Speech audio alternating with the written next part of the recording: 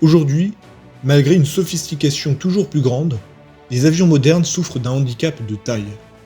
Ils doivent, pour la plus grande majorité d'entre eux, décoller à partir de longues pistes bétonnées. Pour survivre en temps de guerre, les pistes et installations associées handicapent l'utilisation des appareils. Quel que soit le camouflage des hangars pour abriter les avions, la destruction des pistes suffit à rendre inopérables les appareils les plus performants. C'est précisément pour toutes ces raisons que le Harrier est entré en service au sein de la Royal Air Force et est devenu un des avions d'attaque les plus formidables qui soient, aux potentialités hors normes. Doté de capacités de décollage et d'atterrissage vertical, il s'agit d'un chasseur bombardier tactique qui s'est affranchi de lourdes contraintes liées aux pistes. Le Harrier peut ainsi décoller depuis n'importe quelle surface plane aménagée rapidement, depuis des pistes sommaires en avant des lignes ennemies. Il a même la possibilité d'utiliser des tronçons de route ou d'autoroute. Ainsi, il est bien difficile de le repérer ou de le prendre pour cible lorsqu'il est stationné au sol. Voici l'histoire d'un des chasseurs les plus réussis et parmi les plus singuliers de l'aéronautique britannique.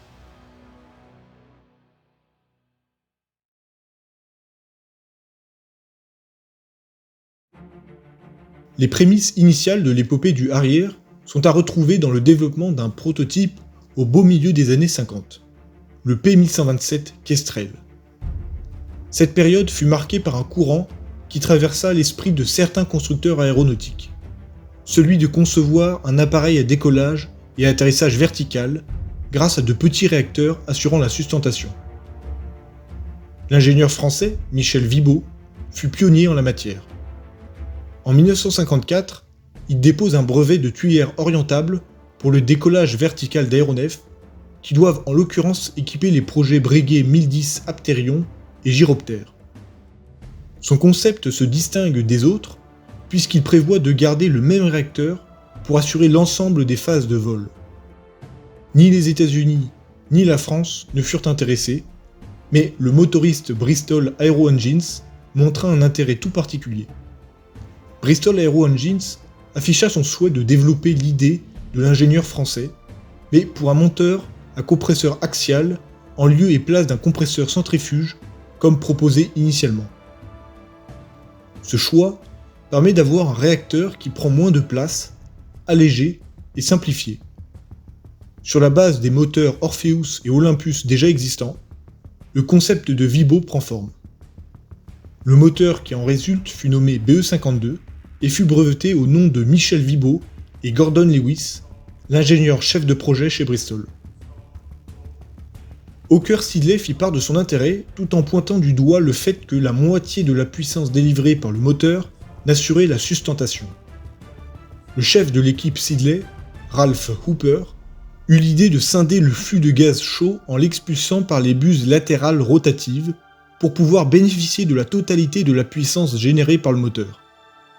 C'est ainsi qu'en 1957, Sidney Cam, alors ingénieur en chef de Hawker Siddeley, et Ralph Hooper se sont associés à Stanley Hooker de Bristol Aero Engines afin d'utiliser le moteur à poussée vectorisée de Bristol et de développer son potentiel de décollage vertical.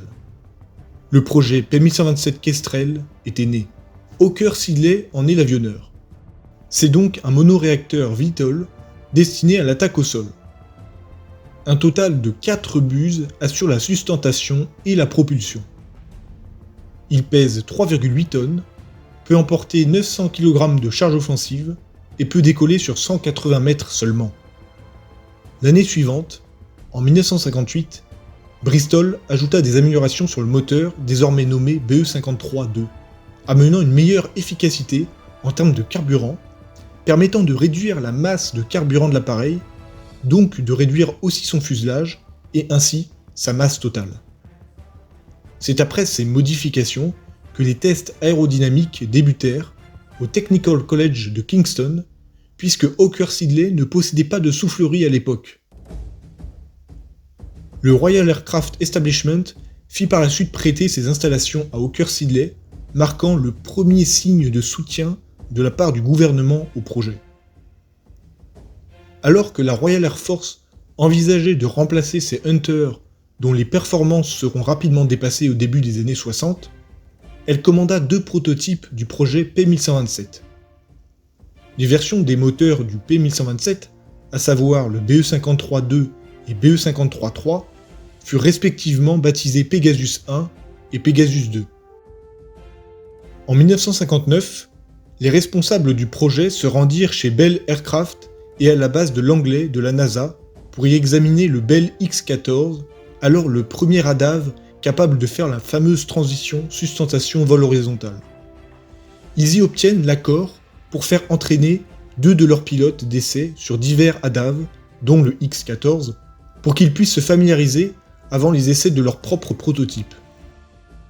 Au Royaume-Uni, des installations spéciales sont mises en place pour des premiers vols d'essai parsemés de risques. Des grilles au niveau du sol sont installées afin de rediriger le flux d'air chaud et éviter une réingestion qui serait fatale du fait d'une perte de puissance. Le 21 octobre 1960, le premier vol stationnaire du premier prototype est réalisé. L'appareil est maintenu par des câbles pour éviter une ascension incontrôlée. Le pilote aux commandes, Bill Bedford, a la jambe droite emplâtrée à cause d'un accident de voiture. Une longue liste de problèmes apparaît durant la première série d'essais. Perte de puissance ou bien suralimentation du moteur, le train doit être renforcé, la stabilisation s'avère compliquée avec les volets baissés, une sensible diminution de la portance de la voilure en vol transsonique, etc. Les modifications nécessaires sont faites, et l'appareil effectue sa première transition en vol horizontal presque 1 an après son premier vol, en septembre 1961. La transition s'est révélée être une grande réussite. Le prototype réalise son premier décollage court le mois suivant et effectue peu de temps après son premier décollage à partir d'un porte-avions depuis le HMS Ark Royal.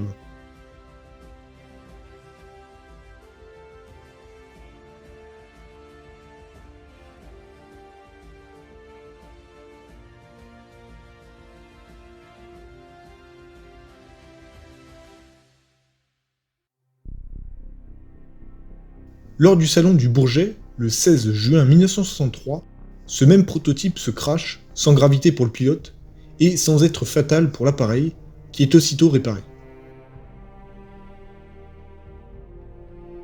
Le deuxième prototype, le XP836, est lui doté du Pegasus 2 et fit son premier vol en 1961. Il doit repousser le domaine de vol de l'appareil jusqu'à 40 000 pieds et une amplitude de vitesse de 175 km/h pour le décrochage et de Mach 1.2 pour la vitesse maximale. Ce deuxième prototype se crache à la fin de l'année 1961, suite à la rupture de l'une des buses latérales. La fibre de verre qui les constitue sera remplacée par la suite par de l'acier. Bill Bedford aura eu le temps de s'éjecter de l'appareil. En plus de 2 prototypes du P1127, 4 autres seront commandés par le gouvernement, équipés de Pegasus 3 et 5 plus puissants, avec des variations au niveau de la voilure, de l'empennage et des bus d'éjection. Les essais s'avéreront être dans l'ensemble une réussite, mis à part le crash en 1962 d'un nouveau prototype qui voit le pilote en ressortir indemne, mais son appareil irréparable. Comme nous l'avions vu, en 1960, la Royal Air Force voulait un successeur au Hunter. Le P1127 était alors le candidat idéal, à l'exception près que la Royal Air Force exigeait un appareil supersonique, ce qui n'était pas encore faisable pour le P1127. Son concurrent, le P1154 du même constructeur, Hawker Siddeley, prit donc une longueur d'avance et sera le projet privilégié par les autorités britanniques.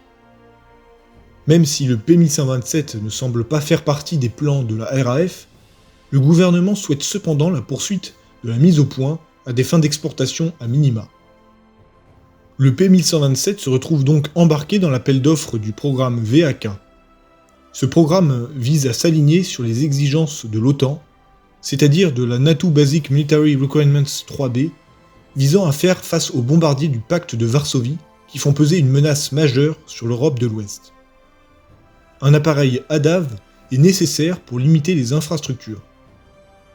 La compétition met face à face le P1127, le Fiat G95-4 italien et les appareils de Focke-Wulf, le FW1262 et EWR EK421. Afin de peser plus, le gouvernement britannique s'engage à commander, en cas de sélection, une trentaine d'exemplaires du P-1127 pour son armée de l'air, alors même que la Royal Air Force n'y est pas favorable. Parallèlement, en 1961, l'US Army cherche à se doter de sa propre flotte d'appareils d'appui tactique d'environ 1 millier d'exemplaires. Le P-1127 fait partie des compétiteurs naturels, et pour maximiser ses chances, Hawker Siddeley noue un partenariat avec Northrop. Les concurrents se constituent du Ryan XV-5A et du Lockheed XV-4A. Un impératif, l'assemblage doit se réaliser sur le sol américain.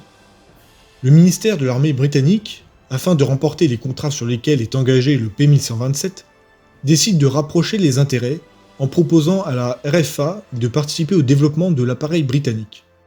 Un accord tripartite est signé à Paris en 1963 avec les États-Unis pour le développement de 9 exemplaires. Finalement, la RFA préférera le Focke-Wulf VAK 191B, qui ne sera finalement jamais produit en série, mais resta dans le programme de développement initial pour bénéficier des avancées technologiques.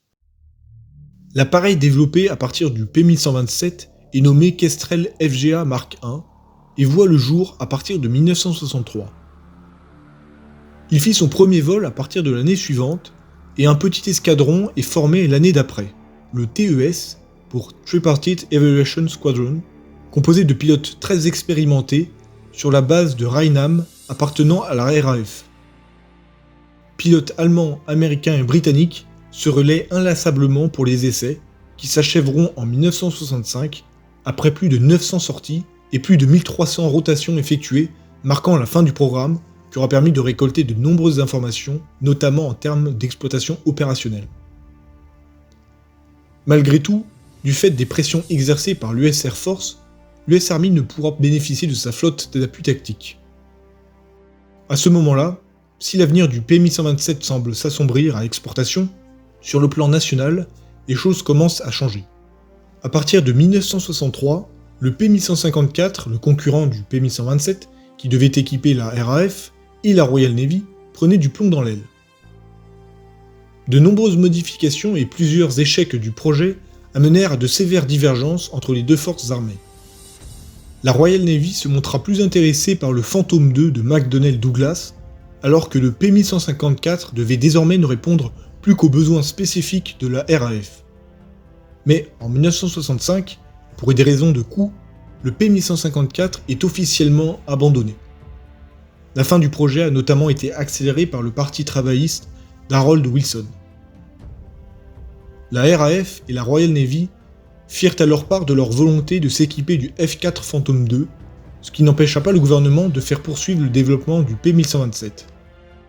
Le ministère de la Défense britannique a donc émis l'Ordnance Requirement ASR 384 pour un appareil VTOL ou STOL correspondant au projet P-1127, qui avait donc à ce jour abouti au FGA-1 Kestrel.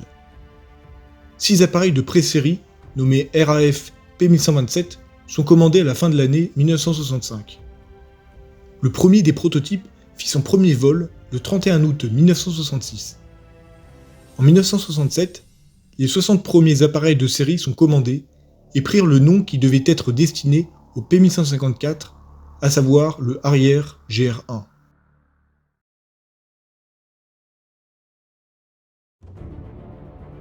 Le Harrier a été conçu comme un avion d'attaque au sol, bien qu'il puisse remplir des fonctions étendues, comme la supériorité aérienne. Plus de 90% du design de la cellule du Harrier a été modifié par rapport au Kestrel, avec notamment une totale refonte de la voilure, lui permettant ainsi de transporter plus de 2 tonnes de charge offensive.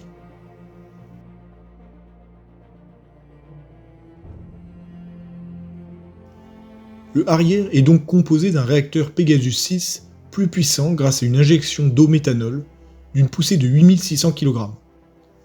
À titre de comparaison, le moteur qui s'occupe seulement du vol horizontal du Mirage 3V, le projet ADAV de Dassault de 1965, possède lui une poussée de 9000 kg. Le Pegasus est doté de 2 entrées d'air, 4 buses latérales, 2 pour le flux d'air froid et 2 pour le flux d'air chaud, ainsi que de plusieurs petites buses situées dans le nez la queue et les extrémités des ailes pour régler le tangage et le roulis durant le décollage et l'atterrissage.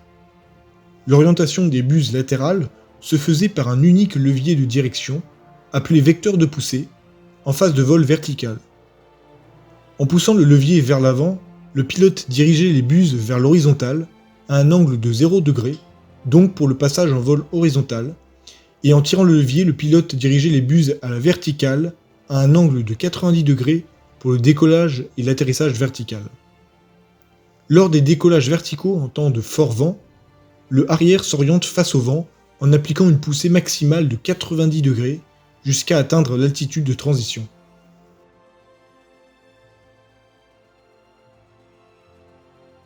Lors des décollages courts, la procédure implique deux phases distinctes. Lors de la première, le arrière prend de la vitesse comme pour un décollage classique. Les buses sont orientées à 0 degré. Arrivé à une vitesse généralement d'environ 120 km/h, le arrière applique un vecteur de poussée inférieur à 90 degrés. En dogfight, le arrière peut aussi utiliser sa poussée vectorielle, on l'appelle Vectoring in Forward Flight, ou abrégé VFING. En orientant ses buses vers l'avant, l'appareil peut casser sa vitesse brusquement ou bien effectuer des virages serrés à des vitesses élevées. Une avionique de pointe, devant équiper initialement le P1154, remplace celle utilisée par le Kestrel. Le arrière est muni, entre autres, d'une centrale inertielle Ferranti FE 541 ainsi que d'un affichage tête haute.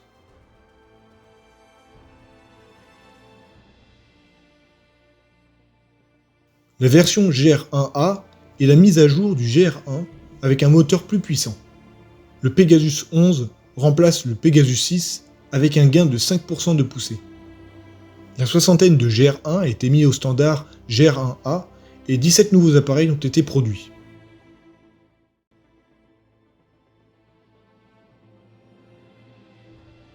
Ce modèle est un Hawker arrière GR3 se trouvant au Yorkshire Air Museum sur l'ancien aérodrome d'Elvington de la RAF près de York. Il peut emporter 2,3 tonnes de carburant en interne et soit 2 réservoirs largables de 360 kg en configuration de combat, soit 2 réservoirs largables de 1,2 tonnes pour les longues distances. Il a ainsi un rayon d'action allant jusqu'à 670 km avec 2 tonnes de charge utile et sa distance franchissable maximale est de 5600 km. Son réacteur est donc un Pegasus 11 Mark 103 de 96 kN de poussée, lui permettant d'aller à 1176 km/h au niveau de la mer. Son plafond de service se situe à 51 200 pieds, soit à 15 600 mètres d'altitude. Il peut atteindre le niveau de vol 400 en seulement 2 minutes et 23 secondes. Le GR3 est armé de 2 pods de canon Aden de 30 mm sous le fuselage. 4 points d'emport sous les ailes ainsi qu'un autre sous le fuselage permettent l'emport de 2,3 tonnes d'armement. Il peut être doté jusqu'à 4 nacelles à roquettes Matra d'une capacité de 18 roquettes SNEB de 68 mm chacune. L'armement courte portée est assuré par 2 missiles AIM-9 Sidewinder. Il est capable de larguer différentes bombes lisses non guidées, des bombes à sous-munitions BL-755, ainsi que différentes bombes guidées laser. C'est à partir des évolutions de la version américaine que seront basées les nouvelles variantes britanniques. Le GR5 provient de l'AV-8B Arrière 2 et le GR7 de l'AV-8B Night Attack, développés conjointement par McDonnell Douglas et British Aerospace. Le GR9 est une mise à jour du GR7 axée sur l'avionique et l'armement. Comparé à d'autres appareils de son temps, le arrière nécessitait une maintenance lourde puisqu'une bonne part des opérations de maintenance sur le moteur ne pouvaient être effectuées qu'une fois les ailes démontées. Le vol en sustentation sur le arrière employait des notions empruntées au pilotage d'aéronefs à voilure tournante, c'est ainsi qu'une bonne part des élèves stagiaires sont issus d'une formation au pilotage d'hélicoptères.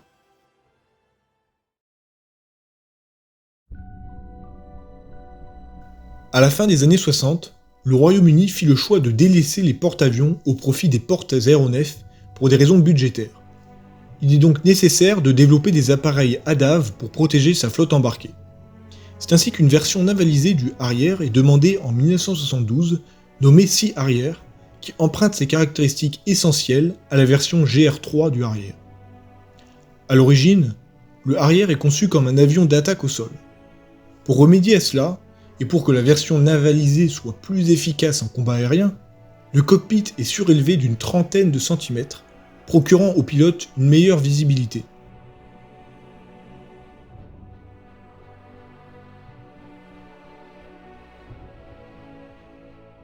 Le Sea Harrier FRS-1 décolla pour la première fois en 1978 et est entré en service au sein de la Royal Navy en 1980. Il était conçu pour être embarqué sur les porte-aéronefs légers de classe Invincible. Afin de faciliter le décollage et de diminuer la consommation de carburant des Sea Harrier, un tremplin de 7 degrés a été ajouté sur ces porte-aéronefs. La cellule reprend celle du Harrier, mais la section du nez est agrandie pour y loger une avionique plus importante, comme un radar Ferranti Blue Fox. Un total de 54 exemplaires fut construit.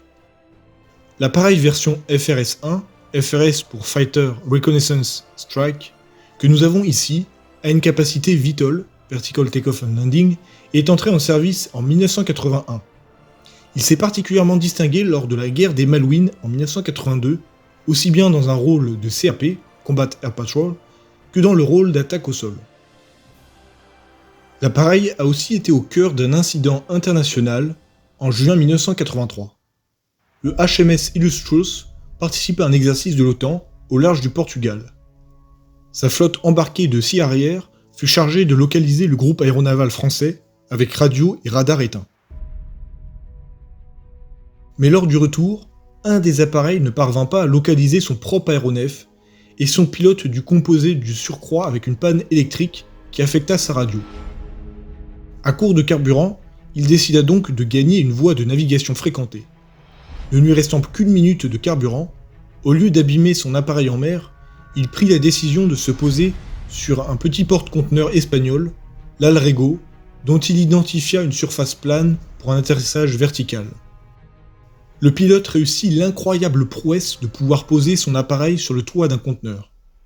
Le Sea Harrier glissa du toit lors de la traversée, manquant de peu de tomber à l'eau puisqu'il fut bloqué par une simple camionnette stationnée en contrebas. L'appareil fut par la suite arrimé sommairement par les matelots du cargo. Le Sea Harrier fut récupéré par la Royal Navy 4 jours plus tard aux îles Canaries, en échange d'une indemnisation. L'enquête conclut à une formation inachevée du pilote ainsi qu'un problème de radio comme cause de cet incident grave. C'est bien de cet appareil dont il s'agit, qui fut réparé et repris les airs jusqu'en 2003. En 1995, de même qu'un certain nombre de FRS-1, l'appareil a été converti au standard FA2, FA pour Fighter Attack, initialement désigné FRS-2, à travers la modification du nez et l'ajout d'un radar aéroporté Blue Vixen. La composante clé de cette mise à niveau concerne la capacité d'engager plusieurs cibles en BVR, Beyond Visual Range, autrement dit au-delà de la portée visuelle. Ce Sea Harrier est donc monoplace et a une vitesse maximale de 1185 km/h. Il a un plafond de service de 51 000 pieds, soit environ 15 km d'altitude, une masse en charge au décollage de presque 12 tonnes. Sa vitesse ascensionnelle atteint 250 mètres par seconde, soit 50 000 pieds par minute, c'est-à-dire autant que celle du Lightning d'English Electric. Son réacteur Rolls-Royce Pegasus Mark 106 à poussée vectorielle fournit une poussée de 9750 kg, soit 95,6 kN. Il est doté d'un canon de 25 mm ainsi que de 5 points d'attache pouvant emporter 3,6 tonnes d'armement. Son rayon d'action variait évidemment en fonction de sa configuration et de sa mission, mais à titre indicatif, il pouvait effectuer des missions de reconnaissance jusqu'à 1000 km et avait une distance franchissable de 3200 km. En ce qui concerne son armement, le standard FA2 peut emporter 4 nacelles à roquettes SNEB de 68 mm, des missiles courte portée Sidewinder, des AIM-120 AMRAAM Fox 3, des missiles anti-radar Martel et Alarm, ainsi que des missiles anti-navires Sea Eagle d'une portée de plus de 110 km.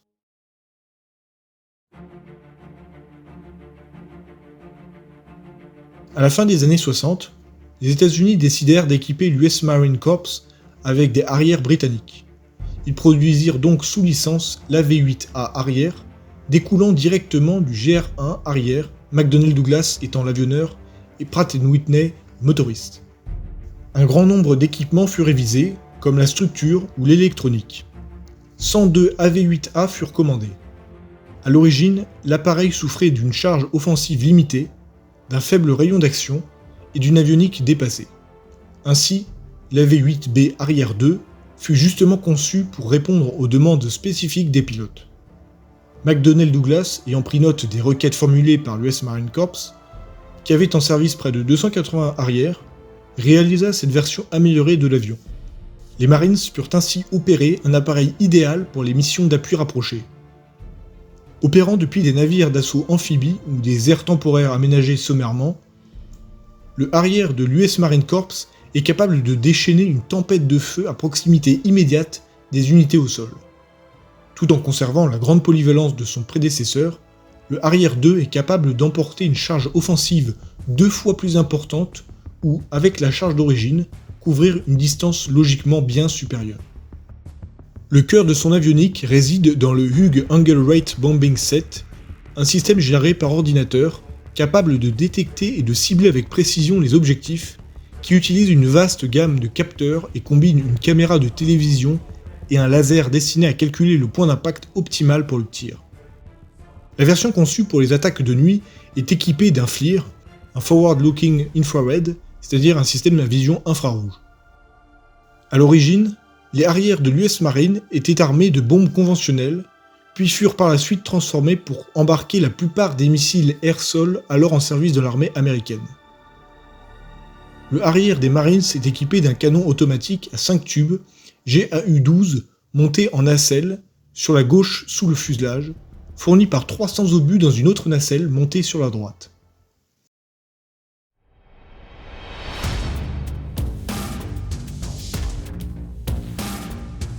La Royal Air Force employait une centaine de arrière 2, monoplaces ou biplaces. La RAF les utilisa pour des missions sensiblement différentes de celles attribuées par les Marines. Bien que la mission principale de base de l'avion demeure l'appui des troupes au sol, avec les cocardes de la RAF, il n'intervint que rarement pour l'appui rapproché, comme c'est le cas à contrario chez les Marines. Sa tâche essentielle réside dans l'interdiction du champ de bataille par des frappes en arrière des lignes ennemies. Les arrières GR Mark 7 britanniques présentent une avionique semblable à celle de l'AV-8B d'attaque de nuit. Le capteur thermique en appoint lui permet d'opérer par temps couvert.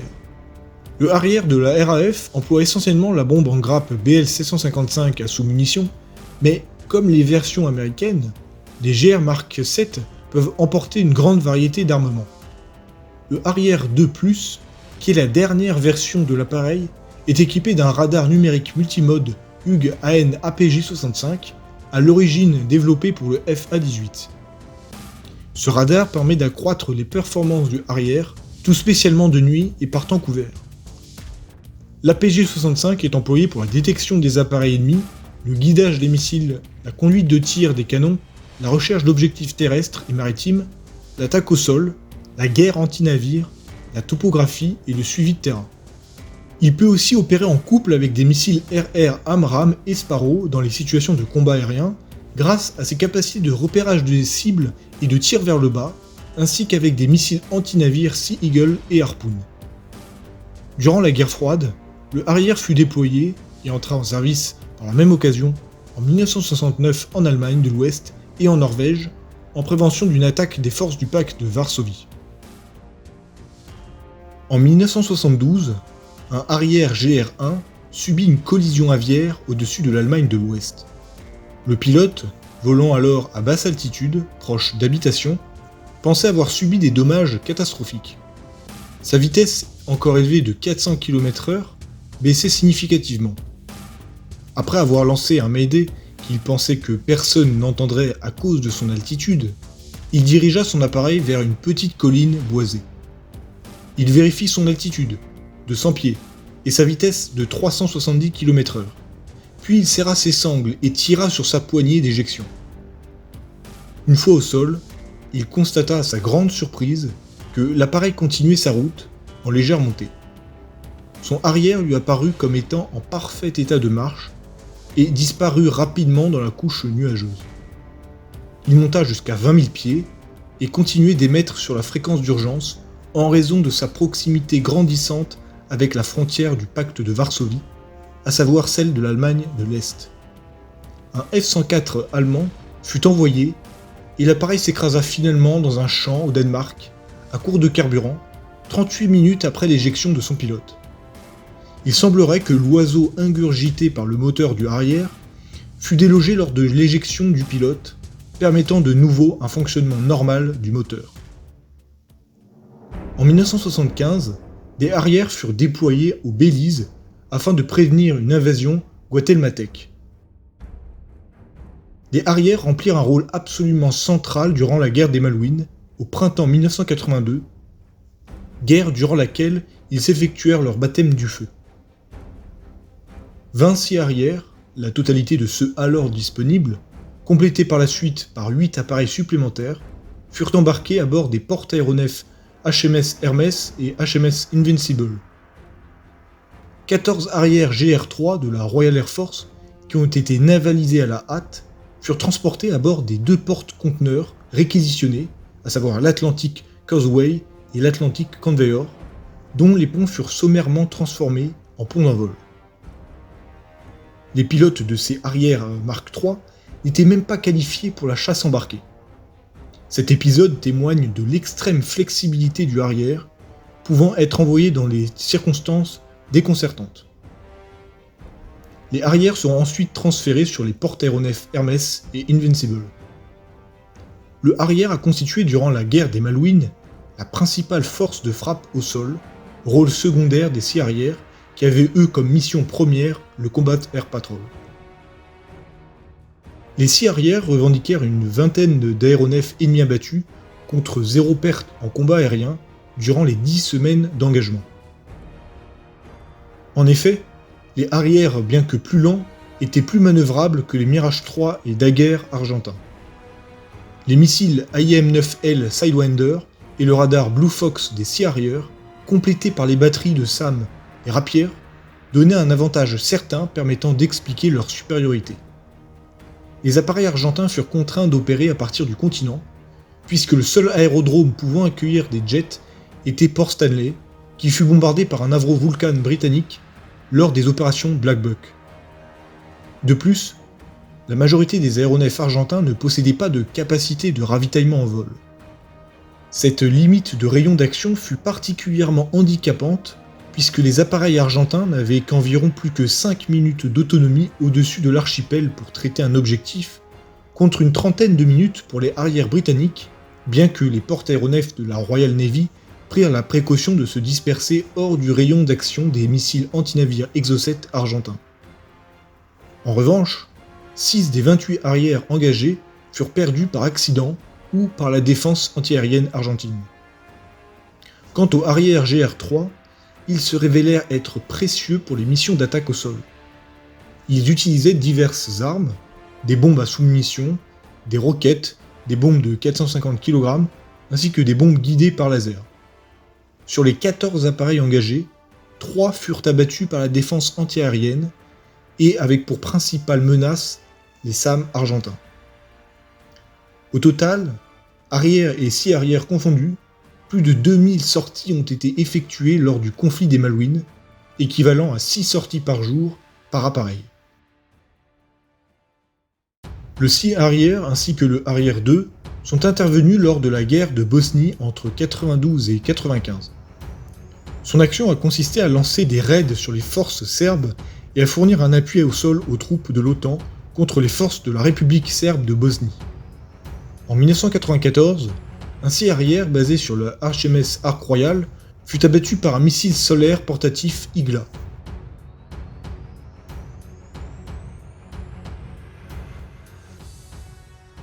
En 1999, les 6 arrières du HMS Invincible et des Harrier 2 intervinrent lors de la guerre du Kosovo dans le cadre de l'opération Allied Force de l'OTAN pour des missions de combat Air Patrol contre la République fédérale de Yougoslavie, formée des actuelles Serbie et Monténégro. Les Harrier 2 démontrèrent un taux de succès de 80% dans leur frappe au sol, alors que seulement 24% des munitions employées durant le conflit par la Royal Air Force étaient des armes de précision. En 2000, les 6 arrières du HMS Illustrious prirent part à l'opération Palliser pendant la guerre civile en Sierra Leone afin de soutenir les troupes onusiennes. Les arrières 2 britanniques de deuxième génération, à savoir les GR5 et GR7, ont quant à eux été employés en Irak et en Afghanistan, à la différence des arrières de première génération. À partir de 1993, les Hawker Siddeley Harrier 2 ont débuté des missions d'exclusion aérienne au-dessus de l'Irak. L'année suivante, l'entièreté des arrières de première génération a été retirée du service au sein de la Royal Air Force. En 2003, lors de l'invasion de l'Irak, les arrières GR7 jouèrent un rôle prépondérant en effectuant des missions de reconnaissance et de suppression des batteries de missiles tactiques Scud qui représentent une menace pour le Koweït. Par la suite, les arrières effectueront des missions d'appui rapproché avant d'être retirés des opérations du théâtre irakien à l'été 2003. En 2004, 6 arrières GR7 ont été déployés en Afghanistan sur la base de Kandahar en remplacement des AV-8B américains. Lors d'une attaque à la roquette par les talibans, un arrière a été détruit et un autre endommagé. Le rôle initial de reconnaissance des arrières en Afghanistan s'est peu à peu étendu à celui de frappe dans la profondeur. Après 5 années en Afghanistan, le dernier des arrières a été retiré du théâtre afghan en 2009, après qu'ils eurent effectué plus de 22 000 heures d'opération réparties sur 8 500 sorties. Les Tornados de la Royal Air Force prendront leur relève.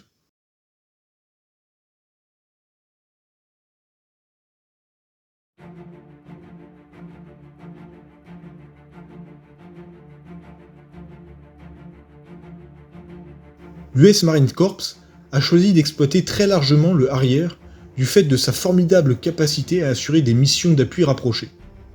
En revanche, le décollage vertical demeure très gourmand en carburant, ce qui limite la charge offensive embarquée. Afin de compenser sensiblement ce handicap, l'avion a une capacité STOL, Short Takeoff and Landing. Il peut effectuer un décollage court sur environ 300 mètres. Le arrière se révèle parfaitement adapté aux missions d'appui sol, puisqu'il s'avère très manœuvrable et agile à basse altitude. Les unités d'arrière peuvent se positionner à proximité d'un front de guerre, à peu près partout dans les lieux de fortune, en forêt, dans les usines, etc. Si l'ennemi progresse rapidement, tout l'échelon, comprenant avions, convois, citernes, mécanos et personnel de maintenance, peut quitter les lieux en moins d'1 heure et être de nouveau opérationnel dans un autre lieu à peine 2 ou 3 heures après. Pendant la guerre du Golfe, les Marines employèrent 88 AV-8B, une poignée d'entre eux opérèrent depuis des navires d'assaut stationnés dans le Golfe Persique. Mais l'essentiel des arrières entrèrent en action depuis des bases avancées proches du front. Durant la guerre du Golfe, ils firent 3380 sorties, au cours desquelles ils larguèrent plus de 2600 tonnes de bombes. En moyenne, une mission durait moins d'1 heure, et le taux de disponibilité avoisinait les 90%. Les appareils stationnés très proches de la ligne de front mettaient souvent moins de 10 minutes à gagner leur premier objectif. Parmi les armes utilisées, il y avait l'emploi de bombes en grappe Rockey, des bombes à gravitation, des missiles à guidage laser AGM-65E Maverick. Les arrières utilisèrent également des roquettes à empennage escamotable, FFAR, de 70 à 125 mm et des canons automatiques en nacelle GAU-12U de 25 mm. Afin d'assurer leur défense, les arrières des Marines embarquèrent 1 ou 2 missiles RR IM-9 Sidewinder. Cependant, la guerre du Golfe a révélé un grave défaut du arrière. Il a une faible résistance aux dommages. Malgré le fait qu'il soit bien capable d'encaisser des coups portés par la DCA ennemie et de poursuivre sa mission, comme ce fut le cas au cours de la guerre des Malouines, le arrière a eu bien du mal à supporter les dégâts liés aux missiles. En effet, à cause de leur tuyère située à proximité du centre du fuselage, les arrières sont en réalité très vulnérables aux coups portés par les SAM à guidage thermique. Ainsi, lors de l'engagement dans le Golfe, 5 arrières furent abattus. 12 AV-8B participèrent à l'opération Allied Force en effectuant des missions d'appui aérien au-dessus du Kosovo. Les AV-8B de l'US Marine Corps ont aussi participé à l'invasion de l'Afghanistan en 2001 pour des missions d'attaque et de reconnaissance, et à l'invasion de l'Irak en 2003 pour des missions d'appui au sol, avec un taux de disponibilité record atteignant les 85%. L'AV-8B a pu effectuer pas moins de 2000 sorties en moins d'un mois d'engagement. Muni du pod de ciblage Lightning II, le taux d'efficacité des munitions de l'AV-8B atteint 75%. Le défaut constaté, en dépit de la précision et de l'efficacité, était le temps de vol sur zone, qui variait entre 15 et 20 minutes. En 2011, les AV-8B de l'US Marine Corps participent à l'instauration de la zone d'exclusion aérienne mandatée par l'ONU au-dessus de la Libye. Les arrières américains seront impliqués dans bien d'autres conflits, en Somalie, au Libéria, au Rwanda, en République centrafricaine, au Zaïre, en Albanie, en Sierra Leone et une nouvelle fois en Irak contre l'État islamique. En janvier 2024, un Harrier 2 aurait abattu plusieurs drones outils en mer Rouge.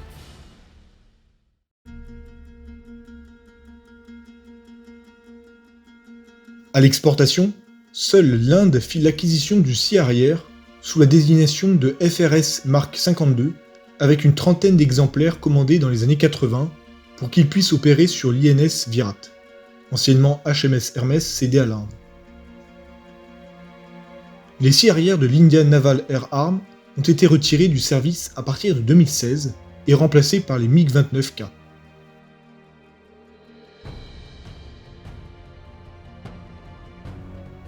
Le Harrier de première génération, comprenant donc notamment les versions GR1, GR3, AV8A, AV8C et AV8S, a été acquis par l'Inde, l'Espagne, la Thaïlande et les États-Unis. Le Harrier de deuxième génération, comprenant donc notamment les versions GR5, GR7, GR9, AV8B et AV8B+, a été acquis par l'Italie, l'Espagne et les États-Unis. Aujourd'hui, les marines italiennes et espagnoles, l'US Marine Corps et la Thaïlande opèrent toujours des Harriers qui devraient progressivement tous être retirés d'ici la fin de la décennie. Le Royaume-Uni a retiré du service ses Sea Harrier dès 2006, qui furent remplacés par le GR7 et sa version améliorée, le GR9, au sein de la Royal Navy. Mais ces derniers furent également mis au rebut dès 2010 pour des raisons budgétaires. Le Royaume-Uni n'opère plus aucun Harrier pour le service opérationnel depuis son dernier vol sous les cocardes de la RAF en 2010.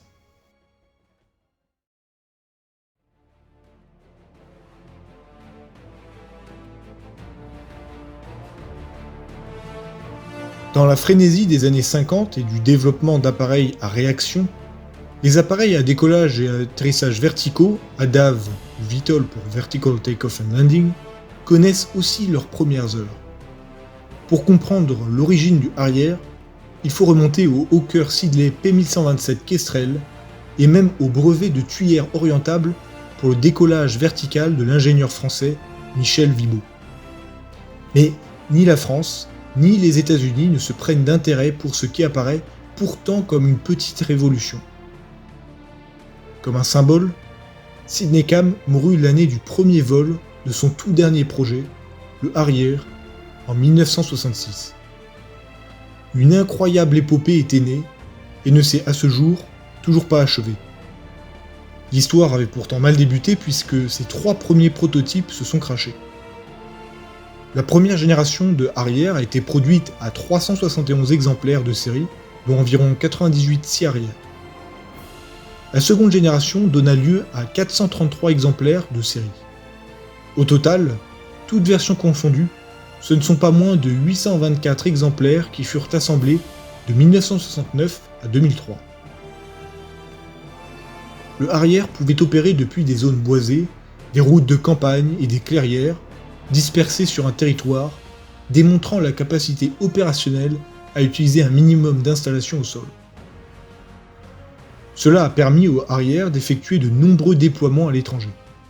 De la Yougoslavie au Malouine, en passant par l'Afghanistan, Belize ou encore le Sierra Leone, Comme un ultime symbole de sa flexibilité opérationnelle, il opéra à partir de cargos aménagés à la hâte durant la guerre des Malouines. L'avion a connu de nombreuses évolutions pour devenir l'un des chasseurs-bombardiers les plus perfectionnés et les plus singuliers de l'histoire. Ses bonnes performances au combat ont démontré que, même dans des conditions difficiles, le Harrier est un outil assez unique à la disposition des forces projetées sur les théâtres d'opération à travers le globe.